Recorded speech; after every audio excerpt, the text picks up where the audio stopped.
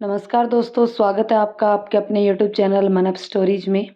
दोस्तों ये कहानी है, ये बंधन अब ना छूटेगा और इसके 9 पार्ट अपलोड हो चुके हैं। ये 10वां पार्ट है। तो चलिए स्टार्ट करते हैं इस 10वें पार्ट को कि कबीर ने उषा के लिए क्या सरप्राइज़ प्लान किया हुआ है करवा चौथ पर। शाम को वापस कबीर ने एक और सरप्राइज़ प्लान किया हुआ था। कबीर आप तैयार हो जाइए, आज हम थोड़ी शॉपिंग कर लेते हैं। सबके लिए कुछ ना कुछ लेकर जाएंगे। अरे मैं भी अभी भाई बस यही सोच रहा था, बस थोड़ी देर वेट करो, मैं तैयार होकर आता हूँ, कबीर ने उठते हुए कहा।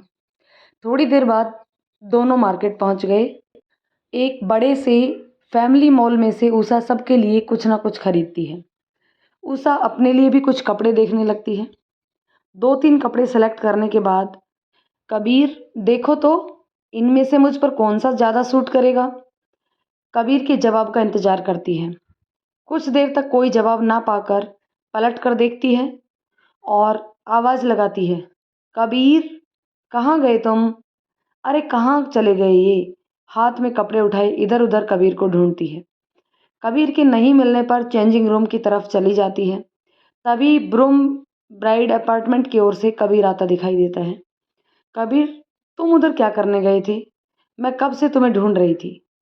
उषा ने नाराज होते हुए कहा, अरे मैं तो बस यूं ही घूमते घूमते उधर निकल गया था। कबीर ने लापरवाही से जवाब दिया। ये देखो मैंने कुछ ड्रेस सेलेक्ट की है, बताओ ना मुझ पर कौन सी ज़्यादा अच्छी लगेगी। उषा ने सेलेक्ट की हुई ड्रेस कबीर को दिखाते हुए कहा। कुछ ड्रेस अपने हाथ में लेते हुए कबीर कहता है, तुम ट्राई करो, फिर देखते हैं कौन सा ज़्यादा सूट करता है तुम पर। एक एक करके ट्राई करके देखो। उषा एक एक करके ड्रेस ट्राई करती है। अंत में दोनों मिलकर 3 ड्रेस सेलेक्ट करते हैं। एक तो पिंक कलर का full length one piece gown, एक वाइन कलर की knee length georgette sharara suit, एक लाइट ग्रीन येलो कलर का 3 पीस।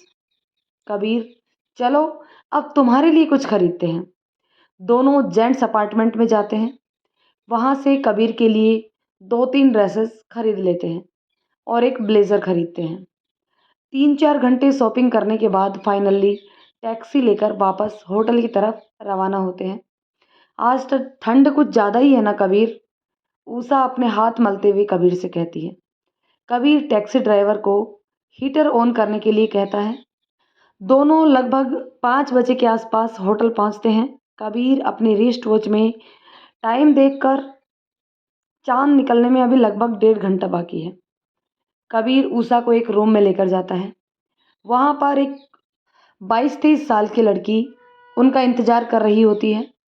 कबीर तुम्हारे पास मात्र 1 घंटा है और उस 1 घंटे के अंदर अंदर तुम्हें सब कुछ रेडी करना है। Okay sir, don't worry. वह लड़की उषा को लेकर अंदर चली जाती है। उषा कुछ समझ पाती उससे पहले उस लड़की ने गेट बंद करके उषा को ले जाकर एक चेयर पर बैठा दिया और उषा के सामने आकर, मैडम सर ने मुझे आपको तैयार करने के लिए अपॉइंट किया है। वैसे मैडम लगता है सर आपसे बहुत प्यार करते हैं। उषा शर्माते हुए, ये तो है। लड़की उषा को तैयार करने लग जाती है। उषा को एक full length one piece red colour का ग्लिटरिंग गाउन देकर, मैडम सर ने ये खास आपके लिए लिया है। लगभग 1 घंटे की लीपापोती के बाद वह लड़की उषा से कहती है, मैडम एक बार आईने में अपने आप को देख लीजिए। उषा की नज़र जैसे ही आईने पर पड़ी तो उसने अपने अगल बगल में झांका कि ये आईने वाली लड़की कहाँ है। जब अगल बगल में कोई नज़र नहीं आया तो दोबारा आईने को आंखें फाड़ कर गौर से देखती है और उस लड़की से पूछती है कि क्या ये मैं ही हूँ। लड़की मुस्कुराकर, यस मैम। बाप रे, तुम लोग तो इंसान की काया पलट कर देते हो। मैं तो अपने आप को पहचान ही नहीं पाई। क्या बना दिया तुमने यार, गजब। मुझे तो विश्वास ही नहीं हो रहा कि ये मैं ही हूँ। तभी बाहर से आवाज़ आती है, उषा कितना टाइम और लगेगा। वह लड़की कहती है, सर बस हो गया, और लड़की गेट खोल देती है। सामने उषा को खड़ा देखकर कबीर की आंखें फटी की फटी रह जाती हैं। उषा भी आंखें चौड़ी करके कबीर की तरफ देख रही होती है, चिल्लाकर, कबीर तुम बहुत खूबसूरत लग रहे हो। कबीर ने वाइट कलर की शर्ट, ब्लैक पैंट और मेहरून कलर का ब्लेजर पहना हुआ था। उषा तुम भी बहुत खूबसूरत लग रही हो। ये सुनकर उषा शर्मा कर अपनी पलकें झुका लेती है। कबीर उषा के पास आकर उषा का हाथ पकड़कर उसे लिफ्ट की ओर ले जाते हुए लिफ्ट से होते हुए टेरेस पर लेकर जाता है। टेरेस को भी बहुत ही खूबसूरती से सजाया गया था। मंद मंद म्यूजिक बज रहा था। कबीर ने आसमान की तरफ इशारा करते हुए, उधर से चांद आने वाला है, पर अभी 15 मिनट का टाइम है, जब तक हम डांस करते हैं। कबीर ने एक हाथ उषा के कमर में डाल दिया और दूसरे हाथ से उषा का हाथ पकड़ लिया। उषा ने भी अपना हाथ कबीर के कंधे पर रख दिया और दोनों एक दूसरे की आंखों में देखते हुए डांस करने लगे। वहाँ पर एक स्टेज जैसा बना हुआ था, जिस पर फूलों से 2 घेरे बने हुए थे। तभी वहाँ एक आदमी आता है और उसके साथ ही एक लड़की पूजा की सजी हुई थाली लेकर आती है। आदमी, सर, चांद निकल गया है। इतना सुनते ही दोनों की नजरें आसमान की तरफ जाती हैं। उषा, कहाँ है चांद? वो आदमी, मैम, आपको यहाँ आना होगा, तब चांद दिखाई देगा, क्योंकि चांद इन इमारतों के पीछे है। कबीर उषा का हाथ पकड़कर उस आदमी द्वारा बताई गई जगह पर लेकर जाता है। वह आदमी उन दोनों को स्टेज पर बने हुए दोनों घेरों में खड़े कर होने के लिए कहता है। दोनों उन घेरों में खड़े हो जाते हैं। तभी वो आदमी कहता है, सर, मैडम, आप दोनों एक दूसरे को पकड़ लीजिए। सर थोड़ा संभल कर, और अपने हाथ में पकड़े हुए रिमोट का बटन दबा देता है। अचानक से वो दोनों घेरे जिन पर उषा और कबीर खड़े थे ऊपर उठने लगते हैं। उषा एकदम डगमगा जाती है, तो कबीर उसे तुरंत पकड़ लेता है और इस तरह वह दोनों घेरे काफ़ी ऊंचाई तक ऊपर उठ जाते हैं। काफ़ी ऊपर जाने के बाद उनको चांद दिखाई देता है। तभी उस आदमी के साथ आई हुई लड़की पूजा की थाली को एक स्टैंड पर रख देती है। वह आदमी वापस एक बटन दबाता है और पूजा की थाली धीरे धीरे ऊपर जाने लगती है। उषा के पास जाकर थाली रुक जाती है। उषा पूजा की थाली उठाकर चांद की और कबीर की पूजा करती है, उनकी आरती उतारती है और छलनी में से कबीर का चेहरा देखती है। तभी वहाँ खुशबूदार धुआं सा उठता है और धीरे धीरे धुआं हटता है, तो कबीर दिखाई देता है। उसके बाद वो दोनों घेरे घूमने लगते हैं।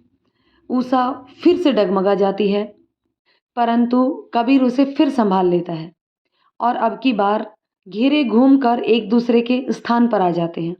जहाँ कबीर खड़ा था वहाँ उषा, और जहाँ उषा की जगह थी वहाँ कबीर खड़ा हो जाता है और कबीर उषा से पूजा की थाली मांगता है। कबीर भी उषा की पूजा करता है और छलनी से उषा का चेहरा देखता है। पूजा खत्म करके वापस पूजा की थाली उसी स्टैंड पर रख देते हैं और धीरे धीरे वह थाली नीचे आ जाती है। उसके बाद उषा और कबीर एक दूसरे का हाथ पकड़ लेते हैं और वो दोनों घेरे वापस धीरे धीरे घूमते हुए नीचे आ जाते हैं। नीचे आने के बाद कबीर उषा का हाथ पकड़कर घेरों में से बाहर निकालता है। तभी वहाँ पर खड़ी लड़की कहती है, वाकई मैडम, सर आपको बहुत प्यार करते हैं। भगवान आपकी जोड़ी सलामत रखे, आपकी जोड़ी को किसी की नज़र न लगे। Thank you so much, Usha ने हाथ जोड़कर कहा। उसके बाद कबीर उषा का हाथ पकड़कर नीचे डाइनिंग एरिया की ओर लेकर आता है।